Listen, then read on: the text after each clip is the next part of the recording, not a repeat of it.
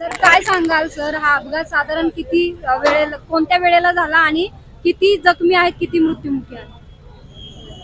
हा जो दुर्दैवी अपघात आहे संध्याकाळी 5:30 ते 5:45 दरम्यान हा अपघात झालेला आहे। एक मोठा लोडेड ट्रक जो आहे तो ट्रक साताराच्या दिशेने मुंबईच्या दिशेने चालला होता, साताराकडून मुंबईच्या दिशेने चालला होता। नवले ब्रिज या ठिकाणी त्या उतारावरती कदाचित ब्रेक फेल झाल्यामुळं, कारण स्पीड मास आपल्याला खूप मोठ्या प्रमाणात दिसत आहेत, ब्रेक फेल झाल्यामुळं तो जो ट्रक आहे तो पुढे धडकत मधल्या गाड्या धडकत पुढे गेला आणि पुढे एक मोठा कंटेनर किंवा मोठी ट्रक त्या ठिकाणी थांबली होती, त्या ट्रकला जाऊन मागे धडकला। दुर्दैवाने त्या ट्रकच्या आणि मागच्या ट्रकच्या मध्ये एक छोटी कार होती, त्याचा सँडविच झाला आणि त्या इम्पॅक्टमुळे त्या गाडीला आग लागली आणि गाडी जळली पूर्ण। गाडीत जे पॅसेंजर होते ते पॅसेंजर सुद्धा दुर्दैवाने त्यांची डेथ झाली असण्याची शक्यता आहे। ते पूर्ण सगळे आग विझवलेली आहे फायर ब्रिगेडने। पोलीस या ठिकाणी घटनास्थळी तात्काळ पोहोचलेले आहेत। फायर टेंडर बाकीचे ॲम्ब्युलन्स वगैरे घेऊन जखमींना आपण वेगवेगळ्या हॉस्पिटलला पाठवलेले आहेत, काही गंभीर आहेत, काही किरकोळ जखमी आहेत। व्हेकल जे रस्त्यावर आहेत, जे अपघातग्रस्त आहेत, त्यांना बाजूला करण्याचं काम सुरू आहे।